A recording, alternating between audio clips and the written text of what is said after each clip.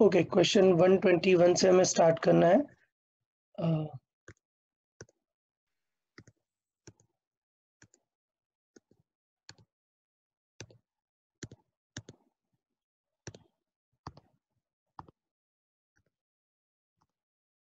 Okay, so question 121 से start करते हैं। 121 एक अच्छा कॉन्सेप्ट है।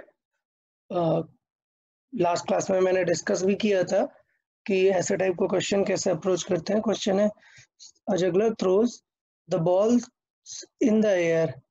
ओके, थोड़ा सा यहाँ पे एक मिस्टेक है कि ये नहीं दिया हुआ है how much balls, how many balls.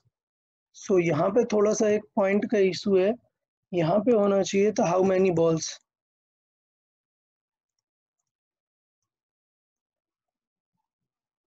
ठीक है, now the question is how high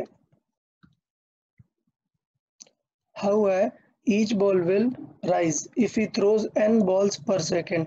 सो मतलब ये तो क्लियर है कि n balls per second throw कर रहा है। मतलब सपोज है 5 बॉल्स ईच सेकेंड। सो 5 बॉल्स ईच सेकेंड का मतलब हो जाएगा कि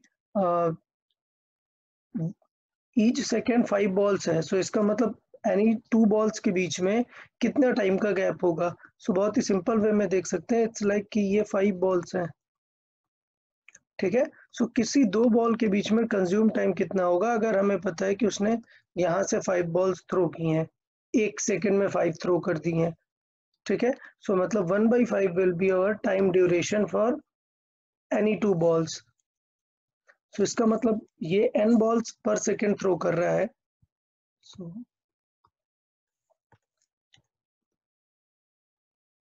n balls per second. ठीक है, सो time for 1 ball, so it will be 1/n second. अच्छा, अभी प्रॉब्लम है, क्वेश्चन एक डाउट है कि एयर में कितनी थ्रो कर रहा है, ये थोड़ी सी प्रॉब्लम है। अगर आप देखें तो जगलिंग किस टाइप में पॉसिबल है। ठीक है, जगलिंग पॉसिबल है कि सपोज वो एक बॉल यहाँ से थ्रो कर रहा है, वो बॉल ऊपर तक गई और वापस उसके यहाँ पर आ गई। इस तरीके से वो स्पीड से थ्रो कर रहा है। ठीक है, एक केस ये पॉसिबल है। दूसरा ये पॉसिबल है कि और अच्छी क्वालिटी का जगलिंग कर रहा है, मतलब 3 बॉल्स की जगलिंग कर रहा है। 3 बॉल्स की जगलिंग मतलब एक बॉल यहाँ पर है, दूसरा टॉप पर है और तीसरा उसके हाथ में है। इस टाइप की जगलिंग भी पॉसिबल है। ठीक है, या फिर 5 बॉल्स एयर में है, इस टाइप की जगलिंग भी पॉसिबल है। सो मैं एक सिनेरियो जस्ट आपको बता रहा हूँ कि कितने टाइप से जगलिंग पॉसिबल है। ऐसे बहुत बहुत सारे बॉल्स के साथ भी वो जगलिंग कर सकता है। ठीक है, सो क्वेश्चन में ये थोड़ा सा क्लियर नहीं है कि कितनी बॉल्स एयर में है। ठीक है, जगलर के ये पॉइंट है थोड़ा सा हमारे पास। तो उसके अकॉर्डिंग ही पूरा काम बनने वाला है। कैसे, सपोज अगर मैं केस नंबर 1 कंसिडर करूं। ठीक है, सो बताओ, हमें पता है कि 2 बॉल्स के बीच टाइम कितना है, 1/n सेकेंड। क्लियर, 2 बॉल्स के बीच टाइम कितना है, 1/n सेकेंड। तो इसका मतलब टॉप तक पहुंचने में कितना टाइम लगेगा। अगर 2 बॉल के बीच में n सेकेंड का टाइम है तो टॉप तक पहुंचने में कितना टाइम लगेगा, बताएं। 1/n/2। Okay, very good. सो ये लगेगा half of the actual time, allotted time जो 1/n है, उसका भी हाफ टाइम लगेगा यहाँ पर। ठीक है, अच्छा सपोज 3 बॉल्स वाला सेटअप चल रहा है। सो इसका मतलब 2 बॉल्स के बीच में टाइम कितना है, 1/n सेकेंड। सो कितना टाइम लगेगा, 1/n सेकेंड, अगर हम यहाँ पर बात करें। ठीक, सपोज ये वाला सेटअप चल रहा है, 2 बॉल्स एटलीस्ट गैप में आ रही हैं। सो टोटल कितना टाइम लग जाएगा, it will B 2 times of 1/n। ठीक है, इस टाइप में पॉइंट चलेगा हमारा। ओके, तो इस तरीके से कर सकते हैं। सो डिफरेंट केसेस में डिफरेंट डिफरेंट आंसर आ जाएगा। हमें टाइम पता है और क्वेश्चन में पूछ रहा है how high it will rise. Okay, so हमें टाइम दिया हुआ है और हाउ हाई पूछ रहा है। सो हाइट पूछ रहा है हमसे कि कितना ऊपर तक जाने वाला है। So h is equal to you T plus half A T square लगा सकते हैं, U T minus half A T square, remember. But यार यू नहीं पता, क्लियर। तो यार इसको रिवर्स भी तो सॉल्व कर सकते हैं। अगर मैं बात कर रहा हूँ कि टी टाइम तक ऊपर गया, तो इसका मतलब हम ये भी सॉल्व कर सकते हैं कि टी टाइम में नीचे आया, सो इंस्टेड ऑफ सॉल्विंग कि वो एच ऊपर गया, हम सॉल्व करेंगे कि एच नीचे आया वो टी टाइम में। सो हम उसे अप के जगह सॉल्व करेंगे, time to drop T, T time में वो कितना ड्रॉप हो सकता है। So H is equal to सीधा हो जाएगा हाफ जी टी स्क्वायर। अब बहुत सारे स्टूडेंट इसमें कंफ्यूज होंगे, सर आपने प्रीवियस लेक्चर में बताया था minus half G T square होगा। अरे अब आपको इतना कॉमन सेंस रखना है कि जब पूरी इक्वेशन लिखनी है तो जरूरत है, अदरवाइज आपको पता है कि ये एच डाउनवर्ड डायरेक्शन आप कंसिडर कर रहे हो, इसलिए नेगेटिव आंसर आएगा। सो नेगेटिव लिख भी सकते हो, नहीं भी लिखो, इतना कुछ प्रॉब्लम नहीं है। So H will be just half G T square, T की वैल्यू आपको पता है, यहाँ पर जो भी टाइमिंग आपको दी हुई है। सपोज पहला वाला केस है, सो it is 1/2n, so square करेंगे वैल्यू कितनी आ जाएगी 1/4, ठीक है, और ये 2, so this will look like g/8n square. अगर ये पहला केस हम कंसिडर करें, सेकंड केस अगर कंसिडर करें तो इसमें टाइम कितना लग रहा है 1/n, सो इसका h is equal to half G T square और t is 1/n, so it will be just 1/n का स्क्वायर मतलब g/2n स्क्वायर। अगर ऐसा कोई केस है तो क्या सिचुएशन हो जाएगी, h इज इक्वल टू वही half G T square and h is equal to, यहाँ पर वैल्यू t की वैल्यू 2 टाइम्स है, सो 2 का स्क्वायर मतलब 4, तो ऊपर आ जाएगा 2g/n स्क्वायर। सो इस टाइप में डिफरेंट डिफरेंट केसेस में डिफरेंट आंसर आएगा। सो हम ऑप्शंस देख लेते हैं कि क्या प्रोबेबिलिटी हमें मिल रही है। सो पहला वाला ऑप्शन हमें मिल रहा है बी पार्ट में, सेकंड ऑप्शन कहीं नहीं मिल रहा है, थर्ड ऑप्शन बी कहीं पे नहीं मिल रहा है। सो इसका मतलब ये क्वेश्चन एकदम सिंपल वाला था, फर्स्ट केस का क्वेश्चन था।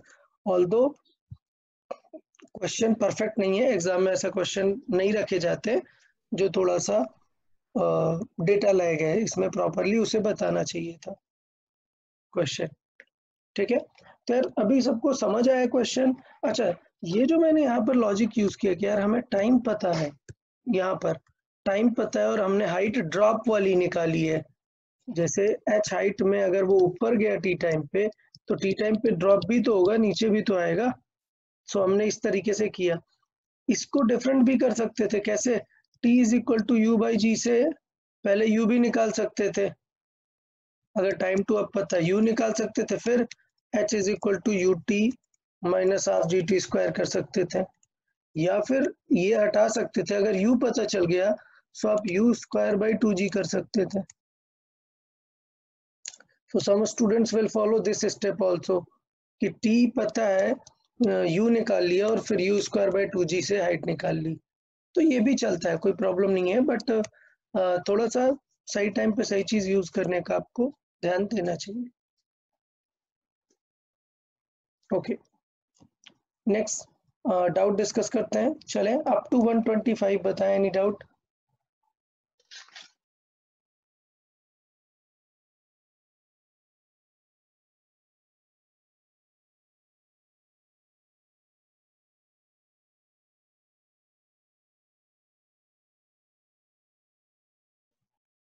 Up to 125 any doubt? No, sir. Okay good. यार डाउट पूछना है, टेंशन नहीं लेना है, ठीक है, वैसा कुछ नहीं है, किसी को भी कोई डाउट रहता है, कोई भी स्टूडेंट तो पूछ सकते हो, टेंशन नहीं है, कोई भी क्वेश्चन पूछ सकते हैं। चले 126 to 30। Sir, 125. 120, 5. 125, 126 and 130. 130. Any other? 128. Okay, चले लेट्स स्टार्ट। 125 से स्टार्ट करते हैं।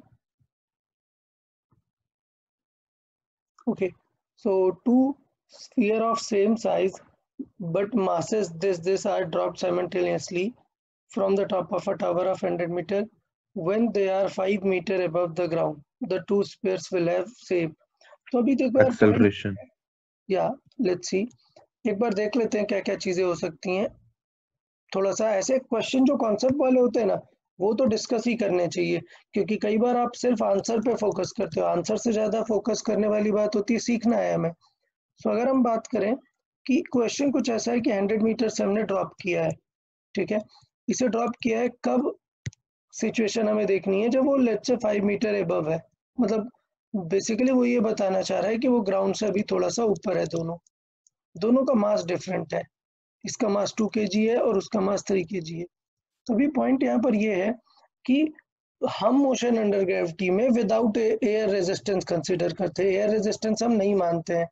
सो अगर हम एयर रेजिस्टेंस नहीं मानते हैं तो हमें ये एक चीज पता होती है कि इन दोनों के शेप या मास का कोई इफेक्ट नहीं पड़ेगा इनके स्पीड पे, इक्वेशन वही रहेगी। सो नंबर वन, वो पहली चीज जो हम दोनों पे कंसिडर करते हैं वो है एक्सेलरेशन सेम होता है, इनका जो एक्सेलरेशन है वो जी ही होता है, उस पर कोई टेंशन नहीं है। लेकिन बाकी अदर क्वांटिटीज की बात कर लेते हैं, लाइक मोमेंटम। मोमेंटम का फॉर्मूला क्या होता है, momentum mass into mass into velocity, तो मास इनटू वेलोसिटी। अभी खास बात, मोमेंटम एक वेक्टर क्वांटिटी है, ठीक है, तो दोनों का मोमेंटम डाउनवर्ड है, एक तो बात अच्छी है, डायरेक्शन वाइज दोनों की अच्छी है। कभी आपको ऐसा क्वेश्चन भी दे सकता है कि दोनों का मास वही है, दोनों का स्पीड भी वही आ रहा है सॉल्व करने में, ठीक है, तो मोमेंटम कैसा होगा। तो मे बी अगर क्वेश्चन ऐसा है कि एक पार्टिकल ऊपर जा रहा है और एक पार्टिकल नीचे आ रहा है, तब दोनों का मोमेंटम सेम होगा क्या? no no sir. Okay, so momentum में डायरेक्शन वाली बात हमें एक रखनी है, कई बार थोड़ा सा ट्रिकी क्वेश्चन रख सकते हैं। फिर बात आती है पोटेंशियल एनर्जी या काइनेटिक एनर्जी। तो पोटेंशियल एनर्जी, पोटेंशियल एनर्जी का फॉर्मूला तो डायरेक्टली पता है यार, mgh होता है, GH तो m दोनों का अलग है तो फिर डिफरेंट रहेगा। फिर इसके बाद होता है काइनेटिक एनर्जी, तो काइनेटिक half एनर्जी में mv भी square half M V square. So basically सब में m यूज हो रहा है, इसलिए आंसर्स हमारे अलग आ रहे हैं, ठीक है। उसके बाद भी ये स्केलर क्वांटिटी है, अगर दो पार्टिकल एक ऊपर जा रहा है और एक नीचे आ रहा है, सो उनकी काइनेटिक एनर्जी सेम हो सकती है, क्लियर, बट मोमेंटम वेक्टर है, मोमेंटम बिल्कुल सेम नहीं होगा, बट काइनेटिक एनर्जी सेम हो सकती है क्योंकि वो स्केलर क्वांटिटी है। तो ये थोड़ा सा पर्पस याद रखना कि दूसरा ट्रिक क्वेश्चन भी बनाया जा सकता है, ठीक है। 126 देख लेते हैं।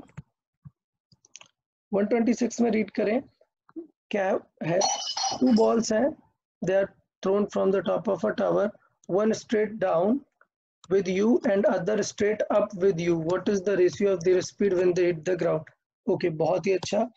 तो अगर आपको याद हो, हमने ये डिस्कस किया था कि ये ऑब्जेक्ट ऊपर हमने थ्रो किया और ये ऑब्जेक्ट को डाउनवर्ड थ्रो किया, ठीक है, ये u और ये भी u, मान लेते हैं ये ऑब्जेक्ट ए है और ये ऑब्जेक्ट बी है। अब क्वेश्चन है कि दोनों किस स्पीड से हिट करेंगे, तो ये पहले जाएगा और फिर इस तरीके से पहुंचेगा यहाँ डाउन, जबकि ये वाला तो डायरेक्टली ऐसे पहुंच जाएगा, ठीक।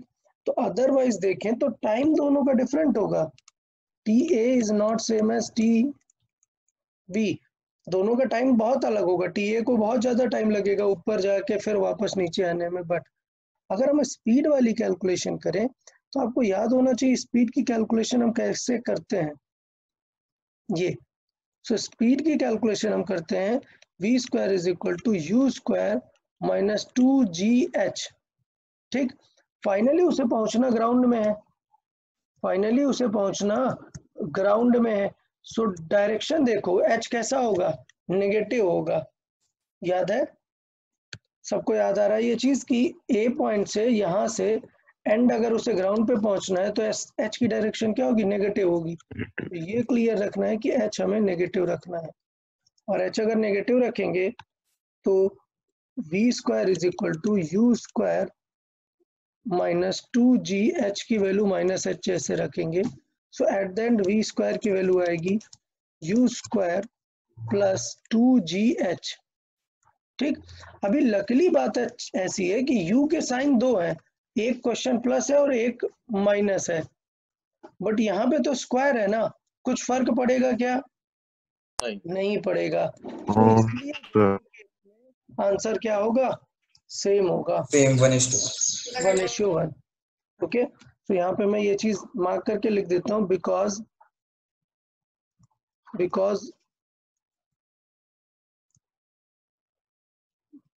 of u square both plus u and minus u will give same results। Okay, so इसलिए दोनों का आंसर क्या आने वाला है? सेम आने वाला है। ओके, 128 की बात करते हैं। So 128 में तीनों के मासेस डिफरेंट है। The ratio of free object reaching on the ground, speed, किस स्पीड से पहुंचेंगे। तो अभी हमने देखा है स्पीड में मास का कोई इफेक्ट होता ही नहीं है, सेम स्पीड भी सेम स्पीड से पहुंचेंगे। सो 128 स्ट्रेट एक जस्ट कॉन्सेप्ट है। 130 देख लेते हैं।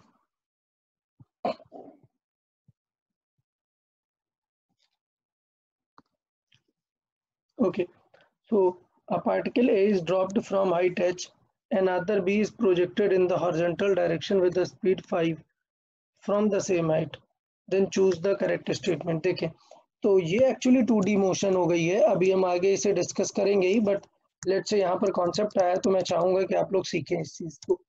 देखो, फील करो कि एक ऑब्जेक्ट को हमने ड्रॉप किया है,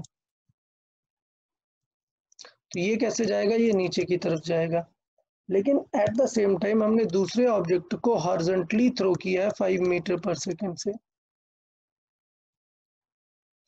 ठीक, तो ये कुछ इस टाइप की मोशन करके यहाँ पर आने वाला है,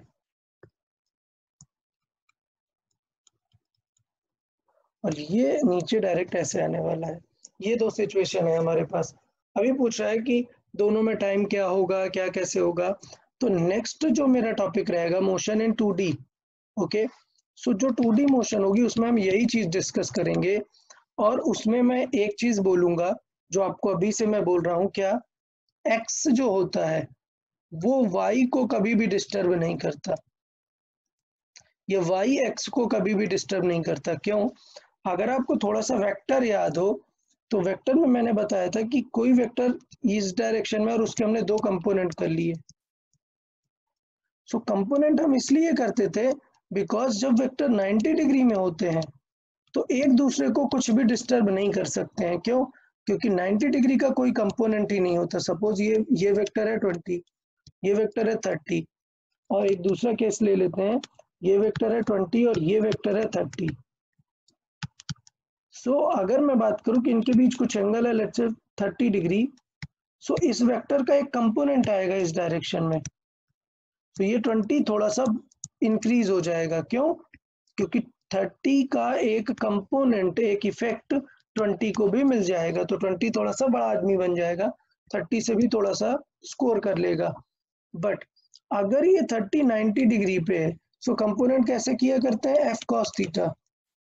सो कॉस 90 की वैल्यू तो 0 होती है ना, इसका मतलब 90 डिग्री का कोई भी कंपोनेंट आता ही नहीं है। सो ये बेस्ट बात होती है कि अगर दो वेक्टर 90 डिग्री पे, सो 30 का कोई भी इफेक्ट 20 पे नहीं आएगा, या 20 का कोई इफेक्ट 30 पे नहीं आएगा। लेकिन अगर ये वाला केस लूं मैं, ये वाला, सो इसमें ऑफ कोर्स 20 की डायरेक्शन में 30 का कंपोनेंट आएगा। ठीक है, सो ये चीज हमें यहाँ पर समझनी होगी कि जब हम 2D मोशन पढ़ेंगे तब हम ये जानेंगे कि एक्स एक्सिस वाई को कभी भी डिस्टर्ब नहीं करता। ठीक, अच्छा, तो अगर मैं दोनों पार्टिकल की बात करूं, दोनों पार्टिकल की, लेट्स से ये पार्टिकल है ए और ये पार्टिकल है बी, तो ये चीज मैं 2D में बार बार सिखाऊंगा, बट अभी अगर आप सीखना चाहें तो ये चीज आपको माइंड में रखनी पड़ेगी कि कोई भी पार्टिकल हो, ए या बी, दोनों की अगर मैं बात करूं कि स्पीड इन वाई डायरेक्शन कितनी है, स्पीड इन वाई डायरेक्शन,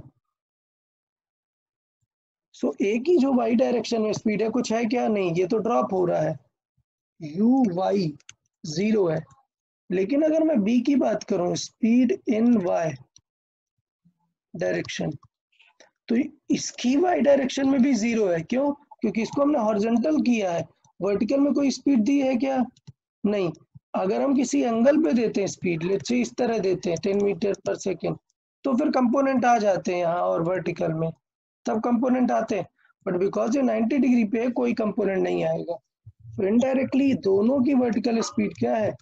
0। 0 अच्छा, हॉरिजॉन्टल की बात करें, इसका ux कितना है? इसका तो ux है ही नहीं, 0 है। इसका ux कितना है? 5 है। 5 ठीक है। तो जब हम y डायरेक्शन में क्वेश्चन सॉल्व करेंगे, तो अगर मैं बोलूं कि इसे नीचे आना है y डायरेक्शन में, तो y डायरेक्शन में दोनों को सेम हाइट कवर करना है। तो टाइम, सेम स्पीड में है। या exactly time in y direction, दोनों के लिए क्या आएगा आंसर टाइम का? Same. t is equal to same √2h by g. इसका भी 2h बाई जी। ठीक। लेकिन अगर मैं बात करूं कि ये हॉरिजॉन्टल डिस्टेंस कितनी कवर करेगा, हॉरिजॉन्टल डिस्टेंस 0 0, क्योंकि इसके पास कोई स्पीड ही नहीं है हॉरिजॉन्टल। लेकिन अगर मैं इसकी बात करूंगा, हॉरिजॉन्टल डिस्टेंस sx, या इसको ar का नेम दे देते हैं, तो r क्या हो जाएगा? स्पीड है हमारे पास 5 into time, 5 into time 5 into time, इतनी ये हॉरिजॉन्टल में डिस्टेंस कवर करेगा। सो इस तरीके से आगे हम 2D डिस्कस करेंगे, तो और डिटेल में इसे डिस्कस करेंगे। बट अभी के लिए थोड़ा सा एटलीस्ट आपको आइडिया करना पड़ेगा कि हॉरिजॉन्टल एक्सिस अलग चलती है, वर्टिकल एक्सिस अलग चलती है।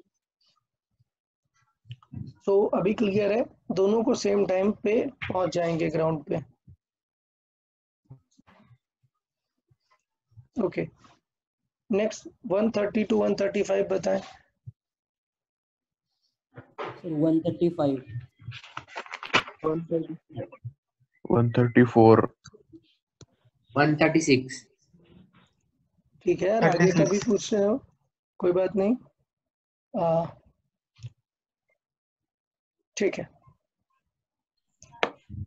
चले देख लेते हैं, 134 से देखते हैं।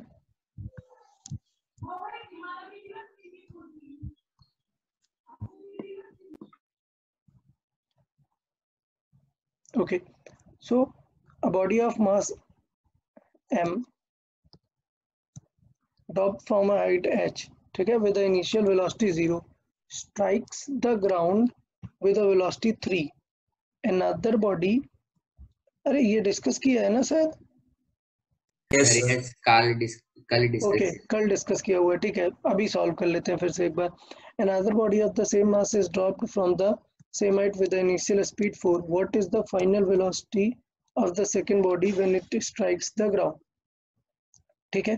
सो पहले हमें दिया हुआ है कि एक एच हाइट से ऑब्जेक्ट ड्रॉप किया जो कि 3 मीटर पर सेकेंड से पहुंचता है। सो पहले हम सॉल्व करेंगे फर्स्ट केस। फर्स्ट केस में क्या है कि 3 मीटर पर सेकेंड से v पहुंचता है। सो v का हमें फॉर्मूला पता है, कितना होता है? √2gh। ठीक है, क्योंकि इनिशियल वेलोसिटी 0 है, सो हम डायरेक्टली फॉर्मूला यूज कर सकते हैं, बिकॉज ड्रॉप किया हुआ है, u क्या है? 0 है, ड्रॉप किया हुआ है। तो ये हो गया √2gh। तो यहाँ से h इज इक्वल टू कितना आ जाएगा? ये आ जाएगा, स्क्वायर कर दें दोनों साइड का, सो it will B v square by 2g। So v की वैल्यू कितनी है? 3 स्क्वायर बाई 2 इंटू जी की वैल्यू रख देते हैं 10, या फिर अभी नहीं रखते हैं, ठीक है, सॉल्व कर देते हैं। So it will be 9 by 2g। Number 1, ये था फर्स्ट पार्ट। अब सेकेंड पार्ट रीड करते हैं। सेकेंड पार्ट है another body of the same mass, mass से कोई भी इफेक्ट नहीं होने वाला है, तो कुछ फर्क नहीं पड़ता, from the same height with an initial speed 4। अभी 4 से थ्रो किया है, सो v इज इक्वल टू क्या हो जाएगा? ये हो जाएगा u स्क्वायर माइनस 2gh होता है। फिर मैं बोल रहा हूँ हाइट से नीचे की तरफ थ्रो कर रहे हैं, ये h नेगेटिव रखेंगे, तो अब आपको अब तक आइडिया हो जाना चाहिए कि ये जो h है एक्चुअली ये माइनस का h होगा, हमारा डाउनवर्ड डायरेक्शन का h है। सो इसलिए ऐड यहाँ पर होना पड़ेगा, अदरवाइज आपका आंसर एकदम गलत आ जाएगा। सो u कितना है? 4 का स्क्वायर माइनस माइनस प्लस हो जाएगा 2 इंटू जी इंटू h की वैल्यू कितनी है? 9 by 2g। So cancel out हो जाएंगे, 2g 9 ऐड हो जाएगा। क्लियर? तो 16 एंड 9 तो कितना हो जाएगा? 25 का 25. तो इट इज 5 मीटर पर सेकेंड। तो इस तरीके से कर सकते थे 124। इसके लिए केयरफुल रहना है यार, इसकी हैबिट आपको डालनी पड़ेगी कि यार डाउनवर्ड थ्रो कर रहे हो, अगर 10 से थ्रो किया है तो उससे ज्यादा ही स्पीड होगी, मतलब यू से बड़ा आंसर ही आना चाहिए, मतलब ये चीज ऐड ही करनी पड़ेगी। सो थोड़ा सा एक साथ में कॉमन सेंस भी यूज करते जाना है आपको, एकदम स्ट्रिक्टली ऐसा ब्लाइंडली नहीं फॉलो करना है, थोड़ा कॉमन सेंस यूज करना है कि नीचे थ्रो कर रहे हो ना, तो नीचे थ्रो करेंगे तो अगर कुछ स्पीड यू थी तो उससे ज्यादा ही होगी ना वी, तो वी अगर ज्यादा होगी तो यू स्क्वायर प्लस समथिंग होगा। ओके नेक्स्ट 135 बात कर लेते हैं। With what speed a body should be thrown so that the distance traversed it in 5th second and 6th second are equal? Okay, good. तो अंडर ग्रेविटी में कभी भी 5th second कोई भी 2 सेकेंड इक्वल हो ही नहीं सकते हैं, मतलब अगर हम बात करें तो ये एक्सेलरेटेड मोशन है, कभी भी कोई 2 सेकेंड सेम नहीं हो सकते हैं, अनलेस वो कौन से सेकेंड है, वो लास्ट इधर एंड फर्स्ट। अप और डाउन के सेकेंड है, जब तक वो अप एंड डाउन के सेकेंड नहीं है, अप और डाउन, तब तक वो सेम नहीं हो सकते हैं। सो अगर वो डिस्टेंस सेम है तो पक्का एक अप का है और एक डाउन का है, बट लकली क्वेश्चन क्या बोल रहा है, ऐसा बोले कि लेट्स से 6th और 8th सेम है तो फिर हम कंपेयर करेंगे, बट लकीली 5th और 6th नेक्स्ट सेकेंड ही बोल रहा है, सो इसका मतलब यहाँ तक वाला 5th होगा और ये वाला क्या होगा 6th होगा। ओके तो इसका मतलब ये हुआ कि टाइम टू अप कितना लगा होगा, अगर ये 5th सेकेंड है टाइम टू अप कितना होगा 5 second. 5 second, yes very good. Time to up अगर हम बात करें तो 5 सेकेंड है, तो सारा काम बन गया ना, यही तो चाहिए हुआ था कि डिस्टेंस कितनी कवर करेगा वो। सो हमें पता है कि टाइम 5 है तो हम क्या निकाल सकते हैं, u, t is equal to you by G. So u is equal to कितना आ जाएगा g इंटू टी, 49 ठीक है मीटर। हाँ, और हमें क्या चाहिए h, सो h होता है u स्क्वायर बाई 2g, या फिर मैंने पहले बताया कि अगर 5 सेकेंड अप लगेगा तो डाउन में भी टाइम 5 सेकेंड लगेगा। सो प्रीवियस क्वेश्चन में मैंने डायरेक्टली लिख दिया था h is equal to half G T square. So मैं चाहूंगा कि आप लोग वही फॉलो करें, time to up 5 second, time to down, time to drop, वो भी क्या होगा 5 सेकेंड ही होगा। सो मैं directly half G T square apply करूंगा। मैं फिर से बोल रहा हूँ, मैं माइनस क्यों नहीं लिख रहा हूँ जबकि कल मैंने बहुत माइनस यूज किया था, मैं बता रहा हूँ कि सिंपल डिस्टेंस पूछी गई है चीजें तो हम डायरेक्टली कर सकते। सॉरी माय मिस्टेक, सर नहीं पूछे। व्हाट स्पीड पूछा हुआ है, okay okay my mistake, height पूछा ही नहीं है, सो जरूरत ही नहीं है, सिर्फ ये t is equal to you by g ही पूछा हुआ है। So u is equal to कितना हो जाएगा g into t. So g की वैल्यू अब देखो यार, आंसर देखो 49, 98, इसका मतलब पता चल रहा है कि हमें g क्या रखना है 9.8 रखना है into 5 real, so it will B 49। ठीक है, तो ये थोड़ा सा ध्यान देते जाना है कि g की वैल्यू हमें ऑप्शंस के अकॉर्डिंग यूज करनी है। ओके नेक्स्ट 135 में कोई doubt? No sir. Okay 136 to 140 तक डाउट्स बताएं। एक हो गया 136, एनी अदर? 138। 138. 137. 138, 140, 137। ओके अच्छा 139 भी बोल दिया क्या किसी ने? शाबाश, ठीक है कोई बात नहीं, कोई बात नहीं है, टेंशन नहीं लेना है, सारे क्वेश्चन डिस्कस कर लेंगे। ओके 136 डिस्कस कर लेते हैं।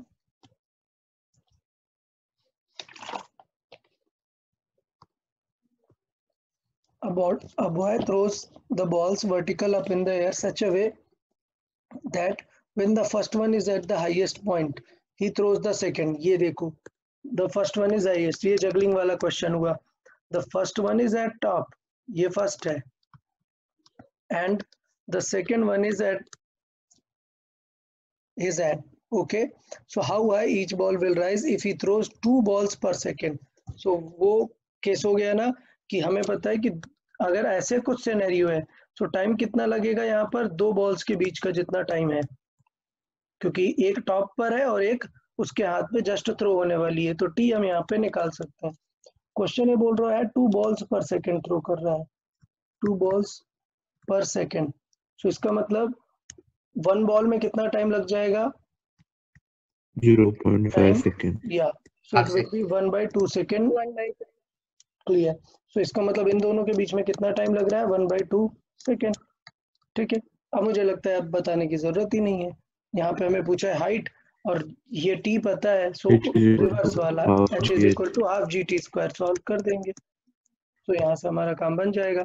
हाफ जी टी स्क्वायर, देखो आंसर्स 4.9 9.8, मतलब जी की वैल्यू 9.8 वाली यूज करनी है।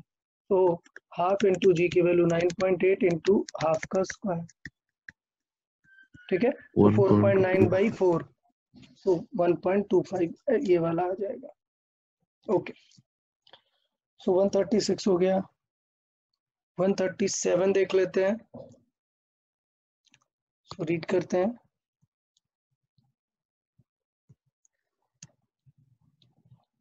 Time of fall of two bodies is 1 second and 2 seconds. What is the initial separation between the two bodies?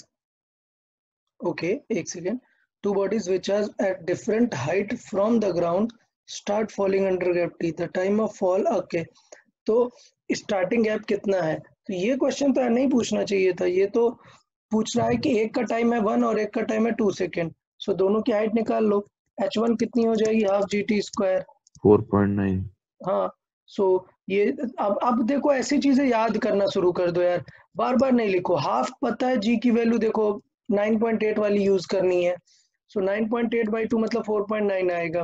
h1 is equal to 4.9 into T मतलब 1 का square, सो 1 का square होगा, ये हम समझ गए। h2 कितना होगा? Half into g into T कितना है? 19.6. 2 का स्क्वायर, 4 टाइम्स, सो मतलब h2 इज इक्वल टू आ जाएगा 4 टाइम्स ऑफ 4.9। सो ये ऑलरेडी 19.6. 4.9 है और ये 4 टाइम्स है, सो इसका मतलब जब दोनों को सब्ट्रैक्ट करोगे तो 3 टाइम्स बचेगा आपके पास, सो ये वाली वैल्यू आ जाएगी। 14.7. हाँ, किसी को डाउट इसमें अभी भी? ये 4 टाइम्स वाले में डाउट? ये मैं इस टाइप में फील कर रहा हूँ, इसमें बेसिक मैथ लगा रहे हैं कि ये x है, ये 4x है, माइनस करोगे तो आंसर 3x आएगा ना 3x. हाइट, सो 3 इंटू 4.9। तो अब एग्जाम में 4.9 पूरा मल्टीप्लाई नहीं करना, इसे 5 जैसा फील करो। 5 इंटू 3 15, 15 से थोड़ा सा कम, और कोई आंसर तो है नहीं ऐसा है कि 14.8 है, तो करने की जरूरत नहीं है मल्टीप्लाई। ओके, नेक्स्ट देखते हैं।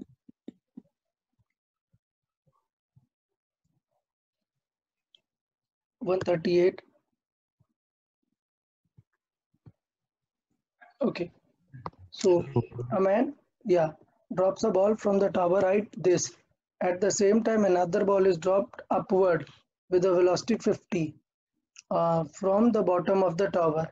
After what time and where they will meet? ये देखो यार, उसका क्वेश्चन आ गया, ये बहुत अच्छा क्वेश्चन जो मैंने अभी कल ही डिस्कस किया, रिलेटिव इन ग्रेविटी। अब मैं बार बार नहीं ड्रॉ कर रहा हूँ, मैं बता दे रहा हूँ कि रिलेटिव इन ग्रेविटी में नेट ए रिलेटिव क्या आ जाता है? 0। हमें पता है 0. कि रिलेटिव इन ग्रेविटी में ए 0 आता है, तो अगर इसका यू कितना है? ड्रॉप हो रहा है, 0 है, इसका यू कितना है? 50 है, सो दोनों सेम डायरेक्शन में आ रहे हैं, तो यू रिलेटिव कितना हो जाएगा? You relative 50. दोनों लोग सेम आ रहे हैं मतलब ऐड करना पड़ेगा, सो 0 + 50 कितना आएगा? 50। अच्छा, हाइट कितनी है? 400। सो आपको याद होना चाहिए कि जब एक्सेलरेशन 0 है तो टाइम हम डायरेक्टली निकाल सकते हैं डिस्टेंस अपॉन स्पीड से। अभी बहुत सारे स्टूडेंट को कंफ्यूज होता है कि सर ये speed is equal to distance upon time आप कब यूज कर सकते हैं?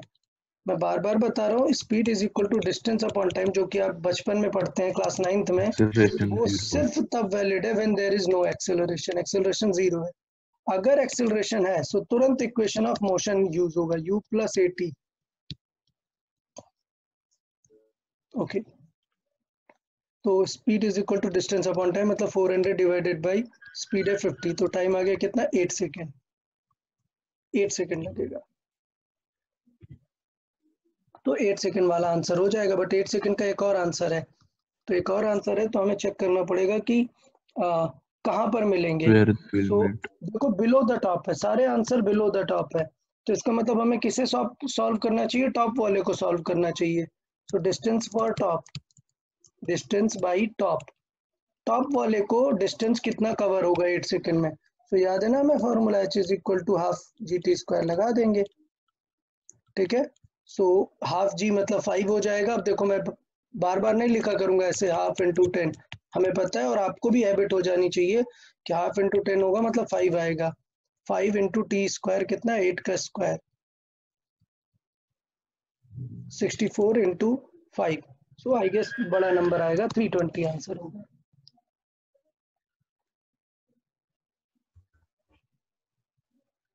अच्छा, कोई ये बताएगा कि क्वेश्चन बड़ा अजीब सा नहीं हो गया? 8 सेकेंड में इस वाले पार्टिकल ने सिर्फ इतनी थोड़ी सी डिस्टेंस कवर की है, क्योंकि 8 सेकेंड में ये तो नीचे आ जाएगा ना 320। देखें, थोड़ा सा आपको क्वेश्चन ऑड नहीं लग रहा क्या? कोई स्टूडेंट एक्सप्लेन करना चाहेगा ये क्वेश्चन?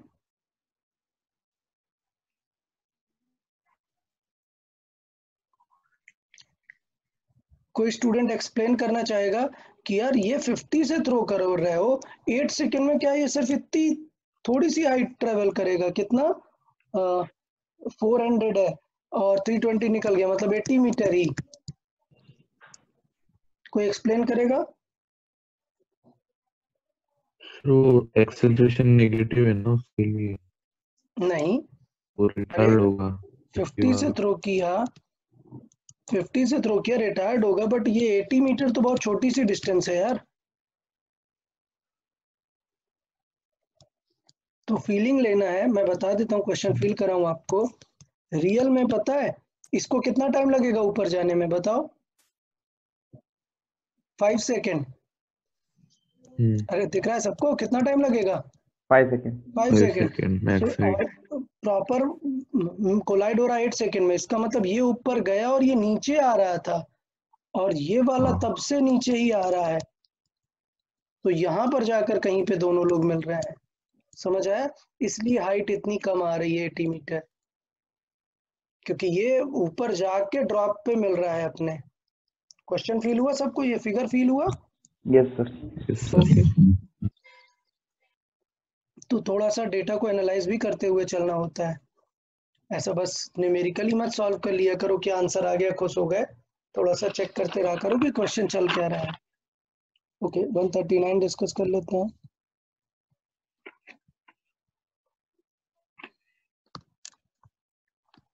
h हाइट से ड्रॉप किया, it takes t second to reach the ground, what is the height at t/3 second. यार ऐसा क्वेश्चन तो मत पूछो यार, ऐसे वाले मत पूछो, हमें टी टाइम बाद पूछ रहा है, तो हमें पता है कि टी टाइम पे वो नीचे h हाइट पहुंच गया है।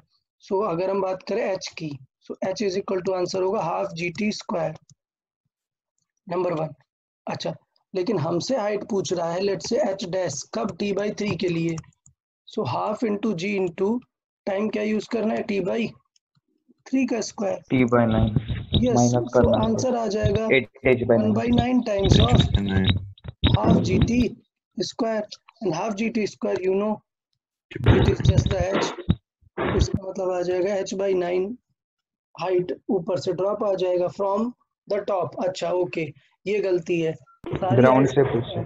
फ्रॉम द ग्राउंड है, ये क्या है, फ्रॉम टॉप है, तो अगर हमें फ्रॉम ग्राउंड चाहिए तो माइनस कर देंगे, सो फ्रॉम ग्राउंड हो जाएगा h minus h/9, it will B 8h/9। 8h/9 good. 140 देखे, 140 यार बहुत अच्छा क्वेश्चन है एकदम, 140 काफी अच्छा। किसी स्टूडेंट को आया क्या 140? किसी स्टूडेंट को 140, क्वेश्चन नंबर 140 समझ आया? No sir. ओके गुड, कोई बात नहीं, ये क्वेश्चन हम देखेंगे, और ऐसे क्वेश्चन मतलब यस सर। पूछे जाते हैं। एक मिनट, आयुष आपको आ गया क्या? सर मैंने 138 के आगे सॉल्व ही नहीं किया। सर मुझे आया। क्यों भैया, क्यों, किस खुशी में सॉल्व नहीं किया? सर मैं बीमार है। ओके ओके, ध्यान रखो, हाँ सर। ठीक है। हाँ, इस समय तो बीमार होना एकदम सबसे रिस्की चीज है। हाँ सर। ठीक है ठीक है, ओके 140 स्टार्ट कर लेते हैं। देखिए अच्छा क्वेश्चन है, पहले हम क्वेश्चन को अच्छे से एक्सप्लेन करता हूँ मैं। ठीक है, एक parachutist after bailing out falls 50 metre, मतलब सिनेरियो कुछ ऐसा होता है कि सपोज स्काई डाइविंग कर रहा है कोई पर्सन, ठीक। तो सबसे पहले जब वो स्टार्ट करता है तो वो एकदम अंडर ग्रेविटी मूव होगा, ठीक है। अभी एयर रेजिस्टेंस है यहाँ पर, बट हम इग्नोर कर रहे हैं एयर रेजिस्टेंस, ठीक है। तो सबसे पहले मैं ये मान रहा हूँ कि प्रोसेस क्या होती है, पहले पैराशूटिस्ट ड्रॉप करता है, ठीक है, ड्रॉप करता है, उसके उसका मतलब क्या होगा, उसकी स्पीड बढ़ती जाएगी, ठीक है। अब वो अपना पैराशूट ओपन करेगा। सो सपोज वो इस हाइट पे आके पैराशूट ओपन कर देगा, तो पैराशूट ओपन करते ही अब वो क्या करेगा, स्लो होने लगेगा। तो पहले फास्ट होगा एकदम तेजी से, एकदम h is equal to half GT² से नीचे ड्रॉप होगा, ठीक है। लेकिन जैसे ही यहाँ पर ओपन होगा पैराशूट, ठीक है, तो यहाँ पे ओपन होगा पैराशूट तो वो स्लो होने लगेगा, और लेट से उसने ग्राउंड से h हाइट पे ओपन किया पैराशूट, सो स्लो होते होते वो ग्राउंड पे गिर जाएगा। अगर सही टाइमिंग पे नहीं ओपन किया पैराशूट तो फिर वो बहुत स्पीड से यहाँ पे हिट कर देगा। मतलब कुछ ऐसा कि यहाँ से जब वो ड्रॉप हुआ और सोचो उसकी स्पीड बढ़ते बढ़ते 100 हो गई स्पीड, अब उसने पैराशूट ओपन किया बट उसके पास अभी इनफ टाइम नहीं है कि पैराशूट रेजिस्ट कर पाए, तो पता चला वो हिट कर देगा लेट से 20 की स्पीड से। अगर एक पर्सन ना 20 की स्पीड से ग्राउंड हिट कर देगा मतलब समझो गया, ठीक है। तो इसलिए वो केयरफुल रहना पड़ेगा कि मतलब ग्राउंड पे पहुंचने की स्पीड मैक्सिमम 1 और 2 मीटर पर सेकंड होनी चाहिए, इससे ज्यादा स्पीड से हिट किया मतलब गया। तो वो उस अकॉर्डिंग उसको हाइट पे करना पड़ेगा। अच्छा, ज्यादा पहले ओपन कर देगा तो ज्यादा पहले अगर ओपन कर दिया, लेट से 50 मीटर बचा है अभी हाइट, और उसने बहुत पहले ओपन कर दिया और स्लो होते होते 0 हो गया, तो अगर स्पीड 0 हो गई और अभी 50 मीटर बचा है ना, इतनी प्रॉब्लम होगी उसे वापस 50 मीटर नीचे आने में कि पूछो मत। सो मतलब फिर बहुत ज्यादा प्रॉब्लम हो जाएगी उसे।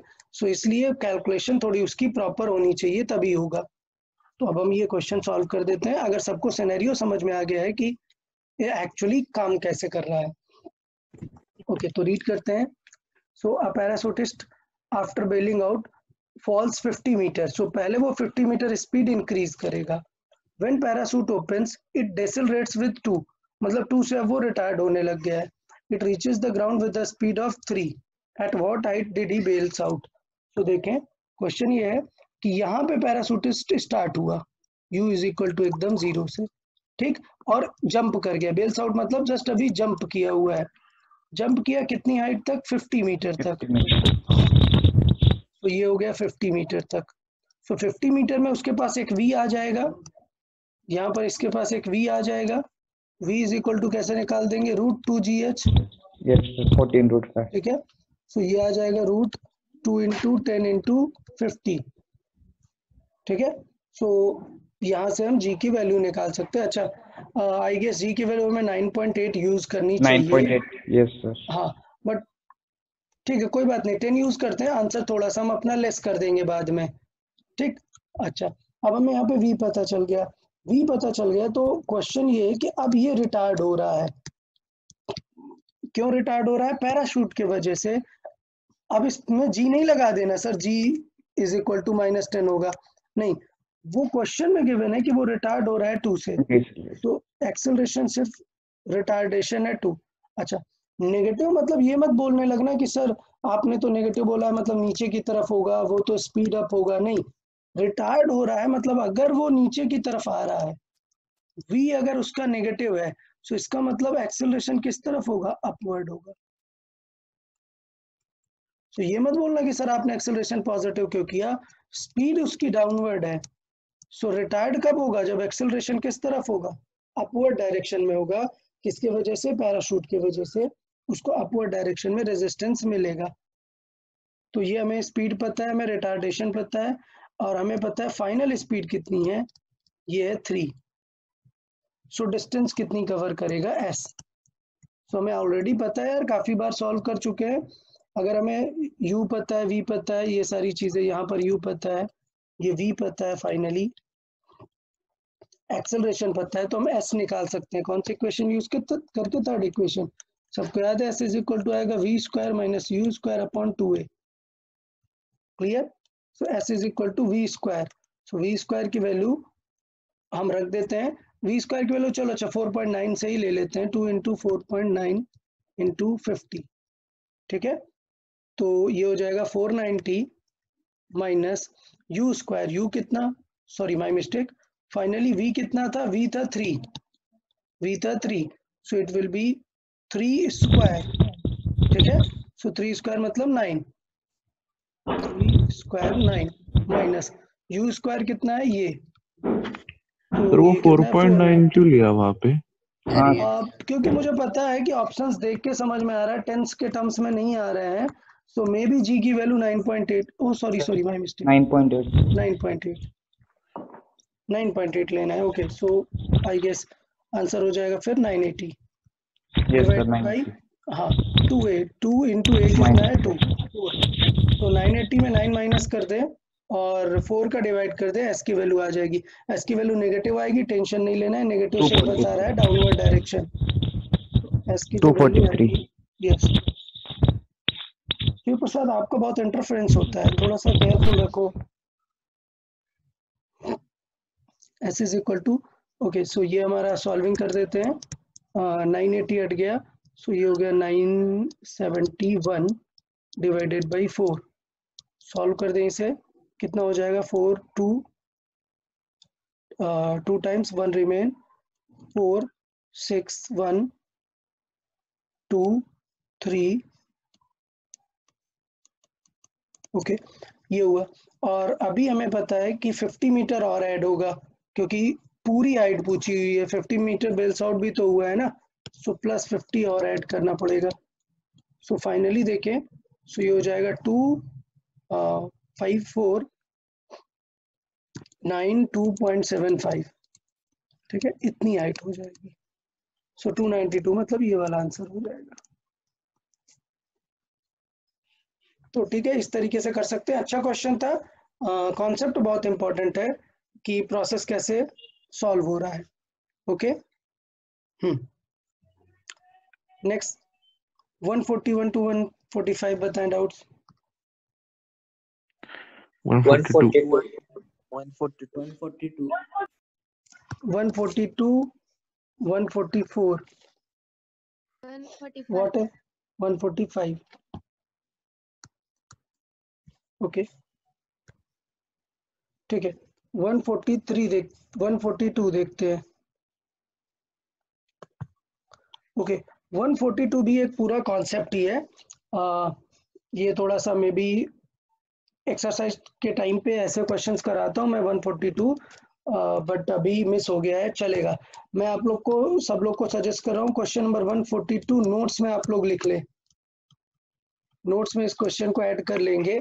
ये क्वेश्चन अच्छा है, ये प्रॉपर कॉन्सेप्ट है। 140 और 142 ये दोनों क्वेश्चन आप लोग नोट्स में लिख लेंगे, क्योंकि फर्दर जब आप कभी एग्जाम देते हैं तो आपके पास इतना टाइम नहीं रहता कि आप प्रैक्टिस शीट पूरा सॉल्व करो फिर से। सो नोट्स फॉलो करना होता है। सो कुछ अच्छे जो पैटर्न है वो नोट्स में होने चाहिए, ठीक है। सो डिस्कस कर लेते हैं 142, रीड करते हैं। A balloon is rising vertical upward with a velocity this. A stone is dropped it and it reaches the ground in 10 seconds. What is the height of the balloon? तो इस question का सिर्फ point क्या था, ये question मैं बोल रहा हूँ नोट्स में लिखने का पर्पस क्या है कि आपको ये समझना पड़ेगा कि जब किसी ऑब्जेक्ट को किसी मूविंग ऑब्जेक्ट से थ्रो करते हैं, मतलब सपोज ये एक ऑब्जेक्ट है जो आगे की तरफ जा रहा है, लेट्स से 20 मीटर पर सेकंड से, ठीक। अब हमने कोई चीज ड्रॉप की, तो इससे हमने ड्रॉप की, सो आपको लगेगा कि ये ड्रॉप तो नीचे ही जाने वाला है, लेकिन एक बहुत ही बेसिक सी फिजिक्स है इसमें कि जब ये वाला ऑब्जेक्ट इस ऑब्जेक्ट के अंदर था ना, इस ऑब्जेक्ट के अंदर था, तो इसका मतलब इसके पास 20 की स्पीड तो रही ही होगी जब आपने ड्रॉप किया। सो आपको लगेगा कि ये नीचे जा रहा है, बट रियल में ये कैसे जा रहा है, इस तरीके से जाएगा।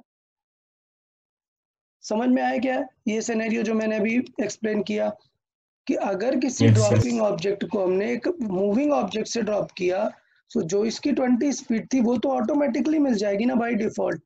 सो आपको लगेगा कि वो सीधा ड्रॉप होने वाला है, बट वो आगे भी जाएगा। सो उसकी मोशन कुछ इस तरह से होगी। बट अगर आप फील करो कि इसे कैसा फील होगा इस कार को, तो जब हम रिलेटिव की फीलिंग लें तो सोचो आपने इस कार से ड्रॉप किया, सो इसके पास 20 की आगे की स्पीड है और ये भी 20 की स्पीड है, तो थोड़ी देर में जब कार यहाँ पहुंच जाएगी, सो ऑब्जेक्ट ऐसे गिर जरूर रहा है, क्लियर, लेकिन आगे भी 20 से जा रहा है, सो थोड़ी देर में वो यहाँ पर पहुंच ही जाएगा। सो इसका मतलब जब आप रिलेटिवली फील करोगे तो आपको पता है क्या दिखेगा, कि पहले ये इस साइड पे था, हमने ड्रॉप किया, फिर थोड़ी देर पे इस साइड पे हुआ, फिर थर्ड टाइम जब देखेंगे तो वो इस साइड पे दिखेगा। मतलब इस पर्सन को ये दिखेगा कि सिर्फ नीचे ही जा रहा है वो। इस पर्सन को दिखेगा क्या कि वो आगे जा रहा है, नहीं, इसे फील होगा कि वो नीचे जा रहा है, बट रियल में वो उसके साथ आगे भी जा रहा है। ये कॉन्सेप्ट है रिलेटिव। मुझे लगता है सबको ये फील आएगी। सपोज एक ट्रेन है, आप एक ब्रिज से जा रहे होते हो और आप कोई चीज ट्रेन से ड्रॉप करो, सो यू विल फील कि वो नीचे ही जा रहा है, सिर्फ एकदम नीचे जा रहा होता है, आगे इतना ज्यादा नहीं जाता है। सो रीजन, वो आगे जा रहा होता है, ट्रेन के साथ वो आगे भी जा रहा होता है, ठीक है। सो इसलिए अगर आप किसी मूविंग ऑब्जेक्ट से सोचो, सपोज आप मूविंग ऑब्जेक्ट हैं और आपको कोई चीज यहाँ पर ड्रॉप करनी है, सो आपको एकदम सामने आके ड्रॉप करेंगे तो नहीं ड्रॉप होगा, वो यहाँ गिर जाएगा आगे। तो इसलिए आपको थोड़ा पहले ही टारगेट करना पड़ता है। सपोज आप मूविंग ऑब्जेक्ट में हैं और आपको कुछ ऑब्जेक्ट को यहाँ थ्रो करना है, तो आपको पहले ही वो चीज ड्रॉप करनी पड़ेगी जिससे वो ऑटोमेटिकली वहां तक पहुंचे। ओके, तो ये रिलेटिव वाला सबको कॉन्सेप्ट समझ में आया कि मूविंग ऑब्जेक्ट से कोई चीज ड्रॉप करते हैं तो जो मूविंग ऑब्जेक्ट की स्पीड होती है उसको मिल जाती है वो स्पीड। चले तो हम बात करते हैं कि क्वेश्चन 142 कुछ इस टाइप का क्वेश्चन है कि एक बलून है, it is rising vertical with the velocity of this. So ये बलून ऊपर जा रहा है, बलून के पास है स्पीड 29। सो इसका मतलब जब आप कुछ इससे ड्रॉप करोगे, ड्रॉप, तो इनडायरेक्टली वो नीचे नहीं गिरेगा, इनडायरेक्टली नीचे नहीं गिरेगा, उसके पास भी इनिशियल स्पीड कितनी आ जाएगी, 29। ये मैं समझाना चाह रहा था। तो इसका मतलब वो जो चीज आपने थ्रो की है वो कुछ इस तरीके से ग्राउंड पे पहुंचेगी। ये टाइम 10 सेकेंड है, ठीक है, क्योंकि अगर आपने ड्रॉप का लगा दिया so t is equal to root 2h upon g लगा दोगे आप, t को 10 सेकेंड रख के h निकाल दोगे, जबकि ये गलत है। क्यों? क्योंकि वो ड्रॉप फीलिंग ही नहीं आएगी उसे, उसके पास क्या रहेगी, एक इनिशियल स्पीड रहेगी। बट पॉइंट ये है कि ये जो बलून है उसे फील होगा कि वो ड्रॉप हो रहा है। कोई बताएगा क्यों फील होने वाला है उसे? बलून को फील होगा कि वो ड्रॉप हो रहा है, क्यों?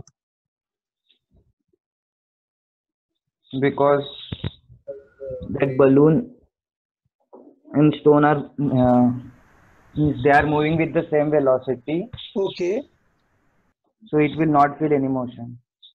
No, it will feel a motion because balloon तो कंटिन्यूअसली 29 से जा रहा है, लेकिन जैसे ही बलून से छूट गया ये ऑब्जेक्ट, इस पे तुरंत क्या लगने लगेगा, v is equal to u minus g t. ये ग्रेविटी के अंडर में आ गया। समझ आया सबको? ये किस में आ गया, ग्रेविटी में। सो इसकी स्पीड क्या होने लगेगी, डाउन होने लगेगी। तो जब आप 1 सेकेंड बाद देखोगे तो इसकी स्पीड कितनी बचेगी, 19 ही बचेगी, और जबकि बलून तो कंटिन्यूअसली 29 से जाएगा। सो बलून को क्या लगेगा कि ये जो है नीचे जा रहा है, उतना फास्ट नीचे नहीं जा रहा है, स्लोली नीचे जा रहा है। समझ आया क्या? सर वो स्टोन ऊपर कैसे जाएगा? बेटा यही तो अभी मैं समझा रहा था कि अगर एक कार को 20 से आगे की तरफ मूव कर रही है और आप कार से कोई ऑब्जेक्ट ड्रॉप करते हो, सो वो सीधे नीचे नहीं गिर जाता है, वो का ऑब्जेक्ट इस कार के अंदर था, तो अगर कार आगे जा रही थी तो ये ऑब्जेक्ट भी 20 मीटर पर सेकंड से आगे जा रहा था। तो इसका मतलब जब हमने किसी ऑब्जेक्ट को ड्रॉप किया बलून से, सो अगर बलून ऊपर जा रहा था तो ये ऑब्जेक्ट भी ऊपर ही जाएगा पहले, ठीक है। बट आपको जो फील होगा कि यार हम ड्रॉप करेंगे तो नीचे ही गिरने वाला है, वो रिलेटिवली नीचे गिर रहा है। रिलेटिवली मतलब ये बलून तो 29 से ही जा रहा है, बट वो ऑब्जेक्ट पे माइनस जीटी भी तो लग रहा है ना। सो आपको फील होगा that v is equal to u minus g t, कि वो नीचे आ रहा है। बट अगर आप ग्राउंड से देखोगे तो वो कहाँ जाएगा, अपवर्ड जाएगा। सो मैं ये बोलूंगा कि विद रिस्पेक्ट टू बलून, अगर हम बात करें कि वो जो हमने थ्रो किया हुआ है उसको बलून से, तो वो बलून से क्या फील होगा, with respect to balloon downward feel होगा।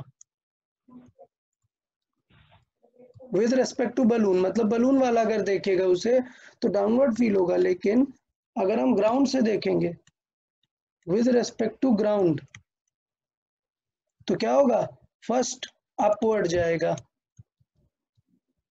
Then down. ये पॉइंट सबको समझ आया?